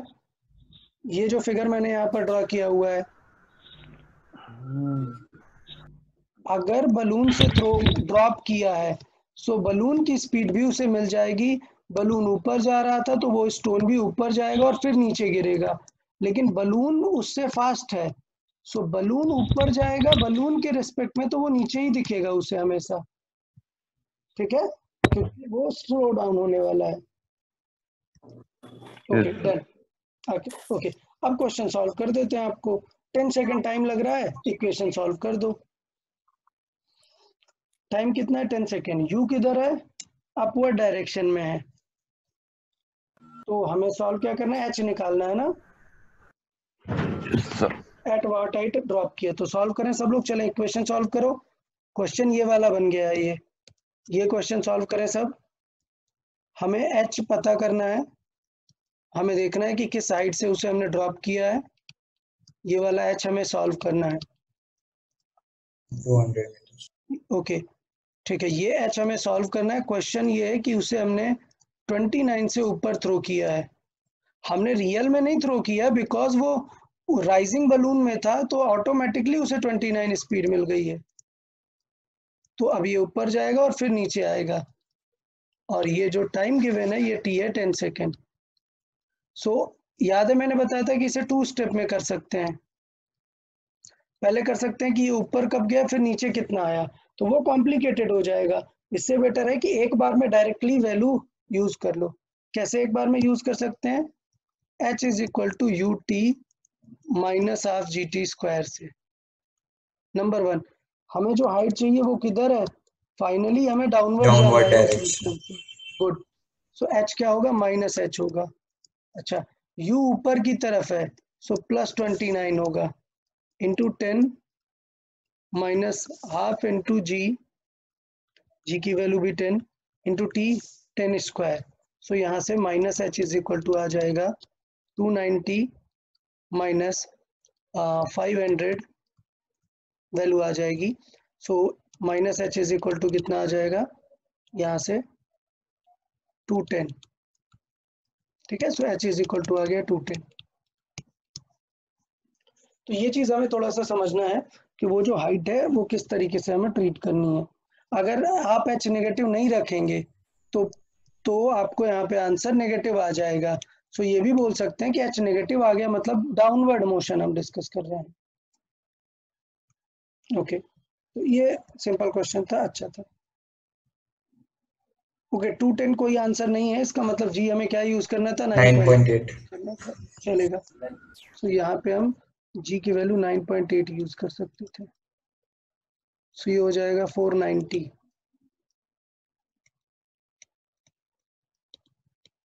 ओके सो 142 आई गेस समझ में आ गया सबको। और ये अच्छा कॉन्सेप्ट है, नोट्स में जो स्टार मार्क वाले क्वेश्चन है उनको नोट्स में लिख लेंगे आप लोग। 140 भी नोट्स में कर लेंगे एंड 142 भी नोट्स में कर लेंगे। दोनों ही बहुत ही इंपॉर्टेंट कॉन्सेप्ट हैं। यूजुअली मैं ये वाले दोनों क्वेश्चन करवा देता हूँ नोट्स में, बट बिकॉज प्रैक्टिस शीट में थे इसलिए मैंने नोट्स में नहीं लिखाया। ओके 144 देख लेते हैं। When a ball thrown up with V naught reaches the max height h, if one wishes to triple the maximum height, then the ball should be thrown with a velocity to this. तो हमें triple height तक लेके जाना है। सो reverse calculate कर दो यार, इसमें डायरेक्ट कैलकुलेट करने की जरूरत ही नहीं है। 144 में रिवर्स कैलकुलेट करो, मतलब कैसे, हमें एच हाइट चाहिए। सो अगर आप वी नॉट से थ्रो करोगे तो ये रिटर्न पहले रुकेगा, स्टॉप होगा, और रिटर्न जो आएगा वो सेम स्पीड से तो हिट करेगा ना वी नॉट से ही। सो इसका मतलब अप जर्नी टफ होती है, बट इसे आप ड्रॉप जर्नी से सॉल्व करो, इजी हो जाएगा। ये बिल्कुल फिक्स है, अगर आप 20 से थ्रो करोगे तो वापस हिट करेगा वो 20 से ही। तो इसका मतलब हमें ड्रॉप जर्नी की इक्वेशन सॉल्व करनी चाहिए, तो वो तो क्लियर हो जाएगी कि v square is equal to 2gh, number 1। अब हमें ट्रिपल करना है इस स्पीड को, हाइट को। सो फॉर h को हमें 3h अगर करना है तो v को क्या करना पड़ेगा, so for h to be 3h, so v की हमें वैल्यू क्या करनी पड़ेगी, सो v यहाँ पे रूट में है, सो v हमें चेंज करना पता चल जाएगा। सो यहाँ पे हम कर लेते हैं, लेट से v डैश का स्क्वायर करना पड़ेगा is equal to 2 into g into h। अब कितना हो गया है, 3h जितना हो गया है। सो इसका मतलब ये हुआ कि 3 अलग लिख लो और 2gh अलग लिख दो। 2gh इनडायरेक्टली क्या है, ये v स्क्वायर ही है, v नॉट का स्क्वायर। सो इसका मतलब ये हुआ कि v डैश का जो स्क्वायर है, v डैश ये हो जाएगा 3 इंटू वी नॉट का स्क्वायर, और ये v डैश वाला स्क्वायर रूट ले लो। सो इसका मतलब क्या दिखेगा आपको, √3 टाइम्स वी नॉट स्पीड से थ्रो करना पड़ेगा।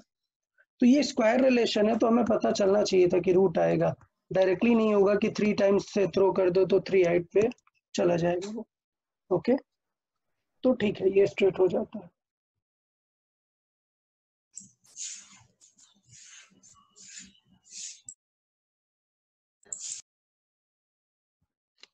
ओके 145 डिस्कस कर लेते हैं। From a top of a tower 2 stones whose masses are this, मास का कोई फर्क नहीं पड़ता है, one straight up with you, second straight down with you, neglect the resistance। सो क्या होगा, सेम स्पीड से हिट करेंगे दोनों लोग, ठीक है। सो 145 सॉल्व करने की भी जरूरत नहीं है, हमें पता है चाहे ऊपर थ्रो करो चाहे नीचे करो, यू सेम रहता है, तो सेम स्पीड से हिट करेंगे।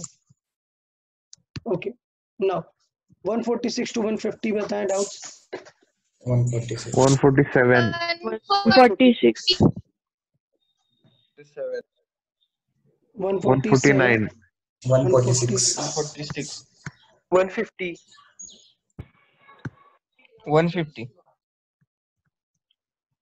ओके चले तो स्टार्ट कर लेते हैं। देखें 146 से स्टार्ट वेक्टर वाला है।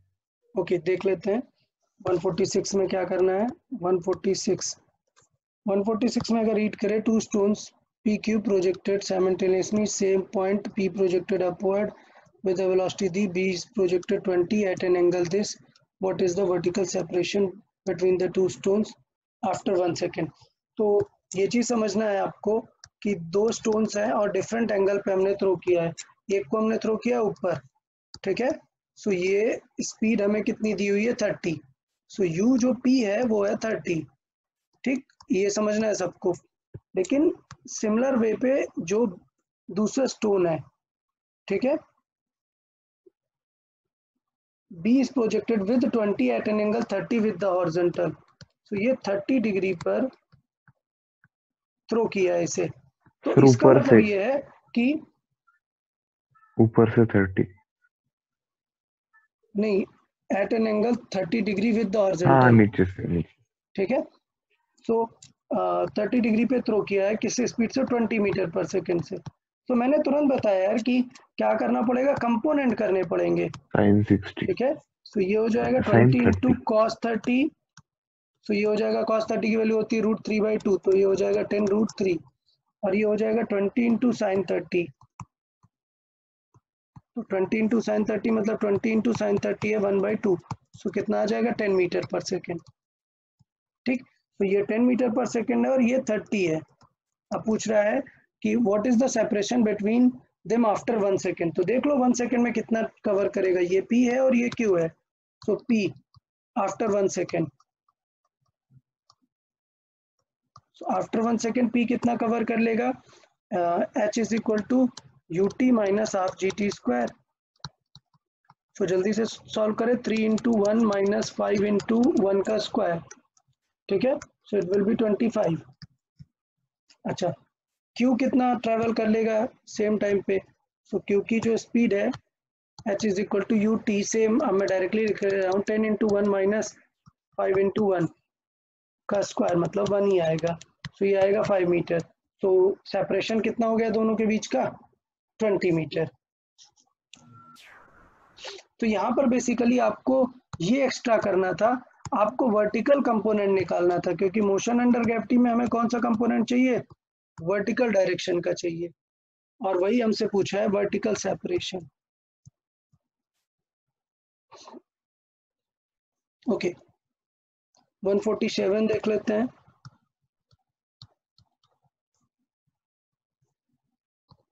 So a ball thrown upward with certain velocity at the same time, another ball released from height 60 meters, they meet at a 15.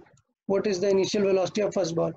यार अब तो ये तो यार देखो करना पड़ेगा यार, अब ऐसा क्वेश्चन तो अब कॉमन सेंस आपको लगाना पड़ेगा। ठीक है, 2 स्टेप क्वेश्चन है, क्या कि हमें याद है कि रिलेटिव से हम क्या निकाल सकते हैं, टी निकाल सकते हैं, टी निकालने के बाद फिर एच निकाल सकते हैं, बट क्वेश्चन में स्पीड पूछा है, रिलेटिव की स्पीड, तो इसका मतलब हमें टी पता होना चाहिए था। टी पता होने के लिए पहले एच पता है, they meet at 15 metre height, तो हमें ये सॉल्व करके कर लेना चाहिए यहाँ पर पहले कि क्वेश्चन में हाइट कितनी है टावर की 60 मीटर, और एक बॉल को रिलीज कर दिया, ड्रॉप, ठीक है, they meet at height of 15 metre, तो एट हाइट ऑफ 15 मीटर मतलब यहाँ पर मिल रहे हैं। Yes, sir. तो इसका मतलब इसने कितना ट्रेवल कर लिया, 45 ड्रॉप वाले मीटर। ने 45 मीटर, तो इसका मतलब ड्रॉप वाले को टाइम टू ड्रॉप कितना होगा निकाल सकते हैं, T इज इक्वल टू याद है √2h/g, √2h कितना है 45/g कितना है 10, ठीक है, सो 45 मीटर हाइट ड्रॉप होने में टाइम निकल आएगा, कितना आ रहा है 3 सेकेंड, क्लियर, 3 सेकेंड। इसका मतलब ये हुआ कि वो कितनी देर बाद मिल जाते हैं, 3 सेकेंड में मिल जाते हैं। अच्छा, हमें इसका यू नहीं पता, ये जो ऊपर थ्रो किया इसका यू नहीं पता, ठीक, बट हमें ये पता चल गया कि 3 सेकेंड में मिल जाते हैं, तो हम यहाँ से निकाल सकते हैं ना, टाइम पता है, स्पीड निकाल सकते हैं, स्पीड इज इक्वल टू क्या होगा, डिस्टेंस अपॉन टाइम, तो डिस्टेंस है 60, टाइम है 3, कितनी आ गई स्पीड 20, तो यू रिलेटिव स्पीड है 20।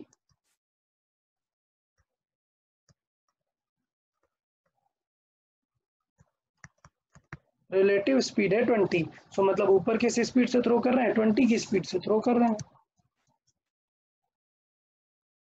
तो 147 यार आ जाना चाहिए ये, अगर आप लोग इस टाइप के क्वेश्चन अभी नहीं करना सीख रहे हो तो थोड़ा गलत है, आप एक बार और अच्छे से ट्राई किया करें, ठीक है।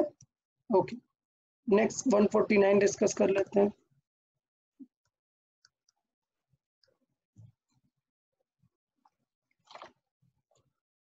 एक चीज याद रखना, ये प्रैक्टिस शीट होने के बाद, ठीक है, ये प्रैक्टिस शीट होने के बाद डीसी पांडे बुक जरूर सॉल्व कर लें, डीसी पांडे बुक भी सॉल्व कर लेंगे, आपको और अच्छा फीलिंग आएगा, ज्यादा क्वेश्चन सॉल्व हो जाएंगे आपके। चलिए रीड करते हैं। A particle projected up with 40, what are the displacement and distance travelled by 6, यार दिस इज वेरी सिली यार, this question is very silly. Distance और डिस्प्लेसमेंट पूछा है ना, ये तो मैंने पहले ही सिखाया हुआ है Yes, कि sir. अगर थ्रो किया हुआ है सो जो इक्वेशन से आएगा t is equal to 6 second में यहाँ कहीं पे होगा, तो जो इक्वेशन से आएगा वो डिस्प्लेसमेंट आएगा, h is equal to U T minus half G T square. तो u कितना है 40 इंटू 6 माइनस 5 इंटू 6 का स्क्वायर 36, so 240 माइनस 60 meter. 180. 180, तो 60 मीटर आ जाएगा h। तो ये जो 60 मीटर है ये डिस्प्लेसमेंट है, ठीक है। ये थोड़ा सा यहाँ पे याद रखना है इस चीज को कि ये डिस्प्लेसमेंट आ गया हमारा। अब डिस्टेंस अगर चाहिए तो मैंने बताया था कि पूरी हाइट देखो h मैक्स कितना है, सो h मैक्स देखो वो कितना है u स्क्वायर बाई 2g। तो सॉल्व करो 40 का स्क्वायर 1600 डिवाइडेड बाई 2g, सो ये कैंसिल आउट हो जाएगा 10।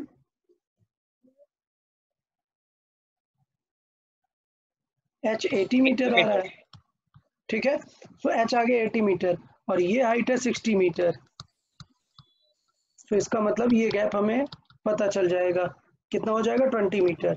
सो आप आंसर कर सकते हो 80 प्लस 20, या फिर 100 मैंने meter. दूसरा पैटर्न भी बताया आपको कि डिस्टेंस चाहिए तो 2 times of h max minus displacement करा दो, उस तरह भी हम निकाल सकते हैं। सो आगे सेम क्वेश्चन मैंने डिस्कस किया था प्रीवियस लेक्चर में।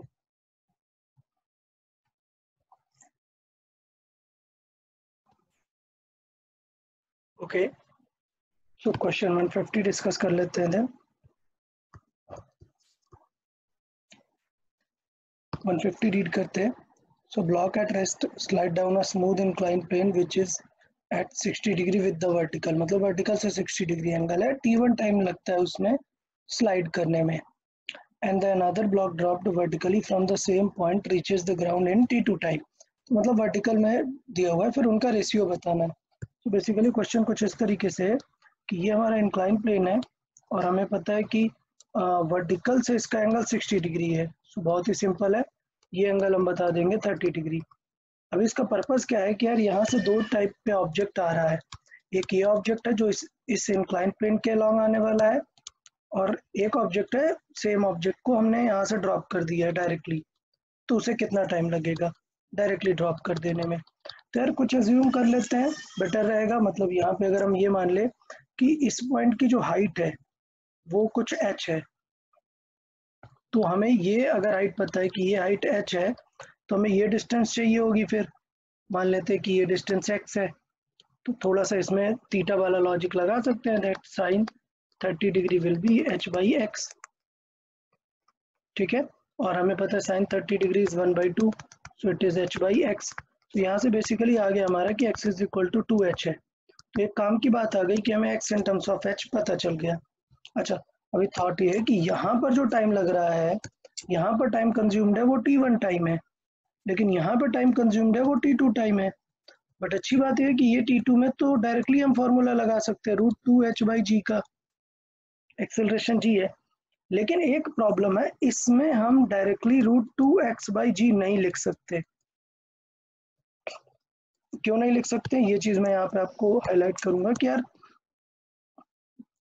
ये रॉन्ग हो जाएगा, ठीक है। ये नहीं कर सकते। क्यों नहीं कर सकते, क्योंकि जो इस डायरेक्शन में एक्सेलरेशन है वो g नहीं बचा है। अब इंक्लाइन प्लेन पे जो एक्सेलरेशन है वो g नहीं है, वो एकदम अलग होगा। हमें चेक करना पड़ेगा कि वो वैल्यू क्या होगी। तो मैं अगर यहाँ पर साइड पे आपको ये थोड़ा सा कैलकुलेशन बता दूं कि इंक्लाइन प्लेन पे क्या होता है। अगर मैं मानूं कि ये एंगल थीटा है, तो इंक्लाइन प्लेन पे हमें पहले एक चीज समझनी चाहिए कि ग्रेविटी एक्ट कर रही है डायरेक्टली डाउनवर्ड g, ठीक। हमें चाहिए ये वाला कंपोनेंट अलोंग द प्लेन। तो हमने एक कंपोनेंट माना कि यार ये एक कंपोनेंट और हो सकता है, तो ये दो कंपोनेंट हो गए जी के, हमने इस तरीके से जी के कंपोनेंट कर लिए। बट अगर मैं अभी इसका एंगल देखूं कि ये दो पैरेलल लाइन है, अगर ये एंगल थीटा है तो ये एंगल थीटा होगा। सो अगर ये एंगल थीटा है सो मतलब ये ओवरऑल 90 है, मतलब ये 90 माइनस थीटा होगा। सो फिर ये एंगल कितना हो जाएगा, फिर से थीटा हो जाएगा। तो basically by logic, bye mathematical perspective हम बता सकते हैं कि ये एंगल होगा थीटा, मतलब ये होता है जी कॉस थीटा, और ये वाला जो कंपोनेंट होगा वो एक्चुअल में रहता है हमारा जी साइन थीटा। सो ये हो जाएगा हमारा जी साइन थीटा। सो बेसिकली यहाँ पे ये काम की बात है कि अगर मैं अलोंग द प्लेन इंक्लाइन की बात करूँ तो नीचे तो जी होगा, बट इस डायरेक्शन में जो एक्सेलरेशन होगा वो होगा जी साइन थीटा। सो बेसिकली यहाँ पर आएगा जी साइन थीटा। सो अगर हम बात करें एक्सेलरेशन की, तो एक्सेलरेशन आने वाला है जी साइन 30 डिग्री। ये थोड़ा सा हमें ध्यान देना है इंक्लाइन प्लेन का। तो हमें यहाँ पर T1 तो पता है, T1 की वैल्यू हमने यहाँ पे निकाल ली कि यार T1 जो है हमारा वो T1 है, ये सॉरी T2 है, ये T1 हमें करेक्ट करना पड़ेगा। तो T1 को करेक्ट कर लेते हैं। T1 की करेक्ट वैल्यू हो जाएगी T1 इज इक्वल टू होगा √2x अपॉन जी साइन थीटा रखेंगे हम यहाँ पर, जी साइन 30 डिग्री। तो ये वैल्यू हो जाएगी रूट x की वैल्यू रख सकते हैं 2h के फॉर्मेट में, x की वैल्यू 2h है। तो ये वैल्यू हो जाएगी √2 इंटू एक्स की वैल्यू है 2h। ये लेट्स से यहाँ पे सॉल्व कर लेते हैं। तो T1 की वैल्यू आ जाएगी √2, x की वैल्यू है 2h upon g into sine theta की वैल्यू है 1/2। सो बेसिकली 4 बाहर आएगा, 4 मतलब 2 बाहर आ जाएगा। सो बेसिकली T2 दिखेगा, T1 दिखेगा आपको 2 times of √2h/g। So basically यहाँ से डायरेक्टली हम चेक कर सकते हैं कि T1 T2 का रेशियो क्या होगा। तो T2 हमारा यहाँ से आ गया, और T1 T2 का रेशियो देख लेंगे। तो T1 T2 का रेशियो देख सकते हैं। सो बेसिकली यहाँ से देखें T1 T2 क्या आ जाएगा, then T1/T2 it will B 2/1। ठीक है।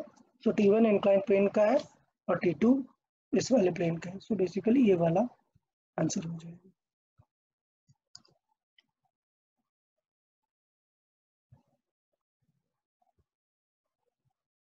A stone thrown vertical upward reaches the maximum height in T. What is the total time from the projection to reach the point half of its maximum height while returning to the point of projection? Okay, तो इसका मतलब ये तो straight है यार। ये question तो बस मैथमेटिकल हो गया कि एक ऑब्जेक्ट को हमने थ्रो किया है और वो टी टाइम पे पहुंच जाता है एच पे टी टाइम पे पहुंच जाता है और ड्रॉप हो रहा है। तो पूछा है h/2 तक आने में कितना टाइम लग जाएगा। सो मैंने बताया ड्रॉप बेस्ट होता है, ड्रॉप का ही सॉल्व करो। सो मुझे पता है h हाइट ड्रॉप होने में टाइम लग रहा है t। So h is equal to कितना है, हाफ GT²। ये यहाँ से हम t निकाल सकते हैं कि t की वैल्यू कितनी हो जाएगी, t टाइम ही लग रहा है, लेकिन हमें कितनी ड्रॉप चाहिए, हमें चाहिए h/2 हाइट। सो h की जगह क्या सॉल्व करो, h/2 हाइट ड्रॉप करने में कितना टाइम लगेगा। मान लेते हैं ये टाइम कुछ t डैश है, इतना टाइम लगेगा।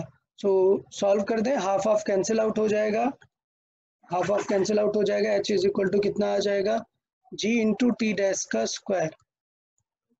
क्लियर।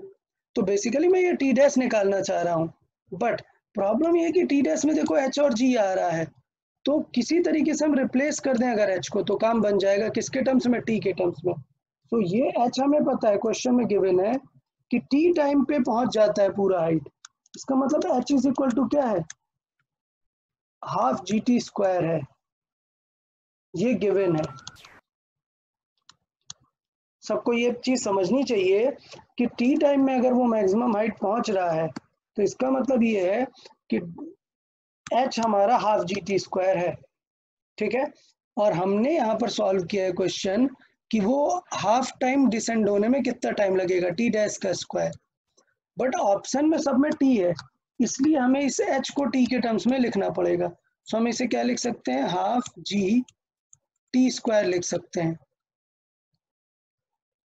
तो इससे क्या होगा, g कैंसिल आउट हो जाएगा, g कैंसिल आउट हो जाएगा, t डैश की वैल्यू आ गई, t डैश की वैल्यू कितनी आ गई, t/√2। तो टोटल टाइम कितना हो जाएगा, t into 1 plus 1 t plus t/√2। ठीक है। तो ये क्वेश्चन इनडायरेक्टली बोले तो सिंपल है, बट थोड़ा सा इसमें मैं समझ सकता हूँ आप लोग का डाउट क्या हो जाता है। अंडरस्टैंडिंग थोड़ा सा कॉम्प्लिकेटेड है कि प्रॉपरली क्या पूछ रहा है। हमें ये क्वेश्चन तो समझ में आ गई कि हाफ हाइट तक कितना टाइम लगेगा, अब इसके बाद क्या करना होता है ये थोड़ा सा स्टूडेंट्स को डाउट होता है। तो बिकॉज सारे आंसर टी में है, इसका मतलब हमें हमारे एच को रिप्लेस करना है इन टर्म्स ऑफ टी, ये हमारा टारगेट होना चाहिए। सो टारगेट के अकॉर्डिंग हमें क्वेश्चन अप्रोच करना है।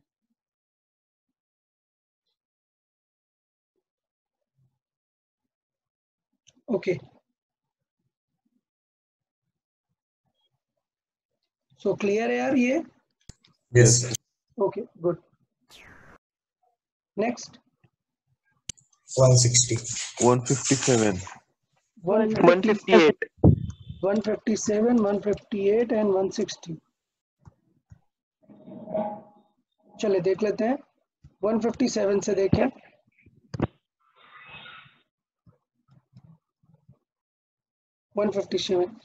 ओके वेरी गुड यार, ये भी अच्छा क्वेश्चन बन जाता है क्योंकि इसमें एक नई चीज आई है, एयर रेजिस्टेंस के बारे में पूछ रहा है। तो इसको भी मैं हाईलाइट कर देता हूँ, स्टार मार्क, ये भी अच्छा क्वेश्चन है। The friction of air causes the vertical retardation equal to 10% of acceleration due to gravity. तो 10% मतलब 1 का रिटार्ड करा रहा है अगर मैं G10 ले लूँ। क्लियर? सो इसका मतलब देखें यहाँ पर, इसका मतलब रिटार्ड 10% का रिटार्ड हो रहा है। क्लियर? एयर फ्रिक्शन के वजह से 10 का रिटार्ड हो रहा है। सो रिटार्ड कितना हो जाएगा, ये हो जाएगा G का 10%। सो सॉल्व करें अगर तो ये कितना आ जाएगा रिटार्ड 1। ठीक है, सबको समझ में आया? Due to air, due to air. ठीक है, सो पहले आपको ये चीज प्रॉपरली समझनी पड़ेगी कि एयर के वजह से उसमें लॉस कितना हो रहा है, वो 10% का हो रहा है।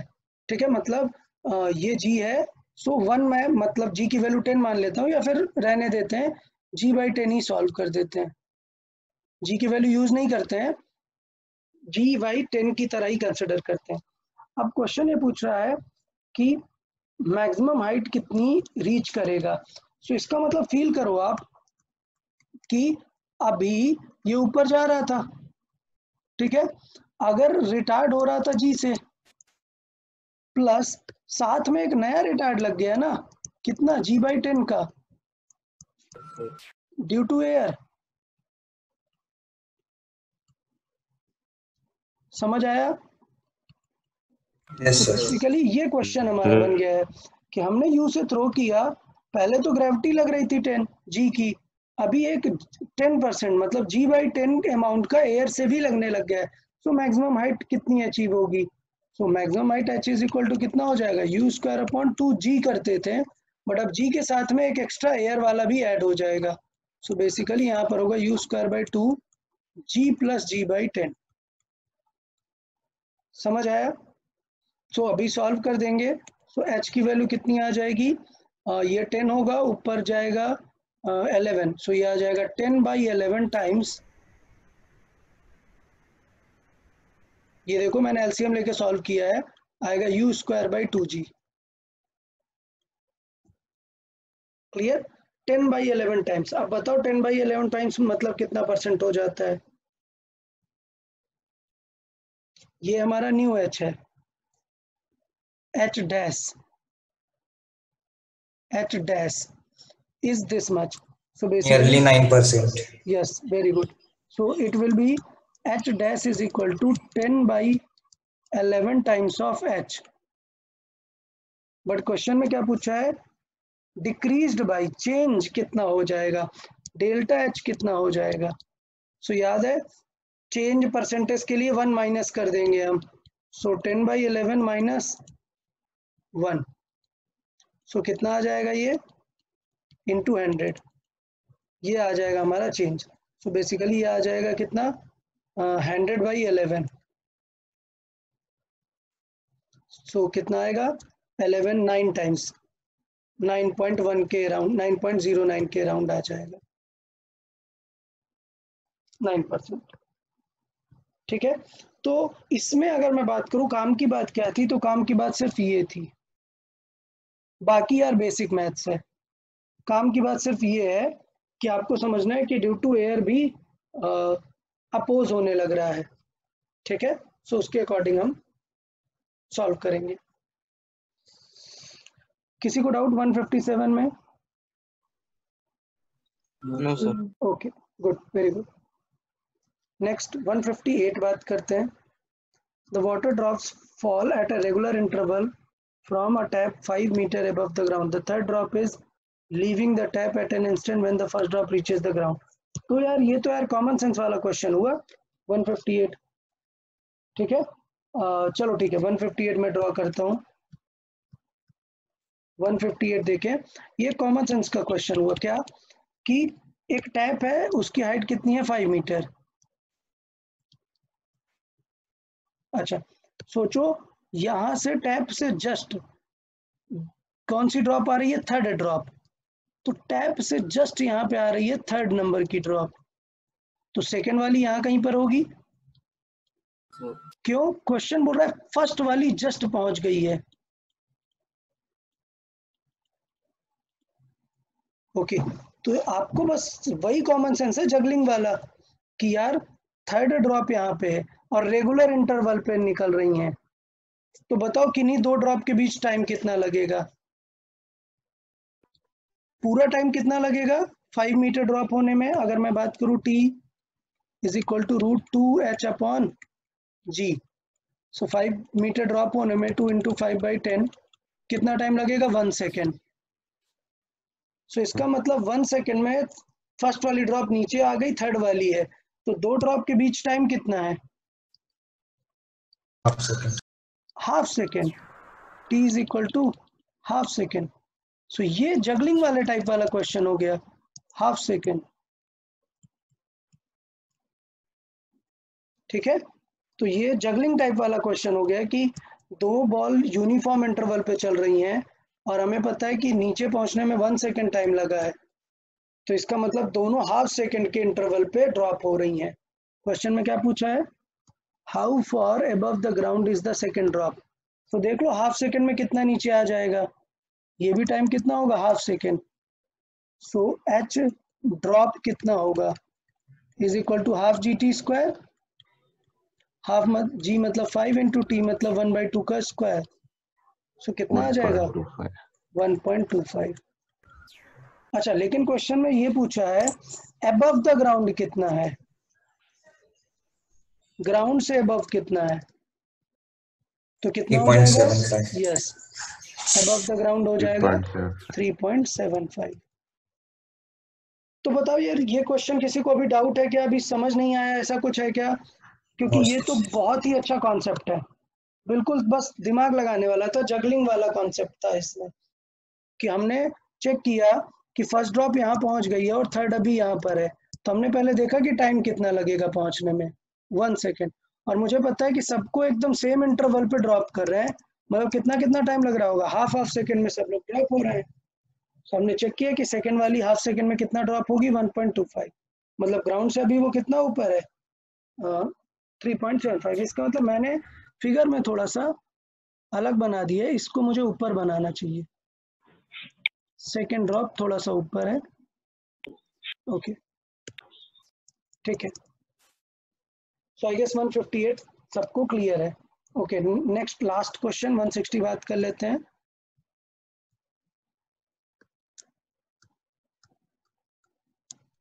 Okay, 160, a body is dropped from a tower, falls through 40 meter during the last 2 seconds of its fall. The height, अरे यार ये यार तुम लोग गलती कर रहे हो, मैं ऐसे बताया हुआ है यार कि ऐसे क्वेश्चन कैसे करना है, हमें टोटल हाइट हमें नहीं पता, बट हमें ये पता है कि ड्यूरिंग इट्स फॉल ये लास्ट 2 सेकेंड में, ये लास्ट 2 सेकेंड में कितना कवर करता है। सो लास्ट 2 सेकेंड में 40 मीटर कवर कर रहा है, h कितना कवर कर रहा है, 40 मीटर। तो अब आप लोग को लॉजिक लगाना है फाइंड करना है कि टावर की हाइट क्या है। सो मैंने बताया था कि अगर क्वेश्चन लास्ट 2 सेकेंड पूछ रहा है तो आपको क्या सॉल्व करना चाहिए इंस्टेड, नीचे से first 2 second. First two. So basically हम लास्ट 2 को क्या सॉल्व करेंगे, फर्स्ट 2 सेकेंड सॉल्व करेंगे। So h is equal to ut minus half gt square, first 2 second solve करेंगे। सो पहले ऊपर जा रहा है 40 इज इक्वल टू u नहीं पता इंटू कितना टाइम है 2 सेकेंड माइनस हाफ g मतलब 5 इंटू 2 का स्क्वायर। सो 2 का square 4 into 5 20। So 2u is equal to 20 add हो जाएगा। सो 40 प्लस 20 मतलब आ जाएगा कितना 60। सो u इज इक्वल टू कितना आ गया 30 मीटर पर सेकेंड। अगर u पता चल गया तो क्वेश्चन में क्या पूछा है हमसे, हाइट ही तो पूछा है ना, Height. h is equal to you square by 2g। ठीक है, so 30 into 30 divided by 2 into 10 कितना आ जाएगा 45 मीटर। 5 meter. ओके, तो इस तरीके से यार ये 160 तो कर लेना चाहिए था, ये हमने नोट्स में भी डिस्कस किए थे 160 रिलेटेड। ओके चले कोई बात नहीं है, काफ़ी सारे स्टूडेंट्स ने प्रैक्टिस पूरी कर ली है, बहुत ही अच्छी बात है। बट आज हमने काफ़ी सारे नए कॉन्सेप्ट डिस्कस किए हैं, तो अभी कैसा हो सकता है कि आपको में भी बहुत सारे क्वेश्चन और बन सकते हैं, क्योंकि आज हमने जो प्रैक्टिस की है तो आप उस लेक्चर को एक बार रिव्यू कर लो।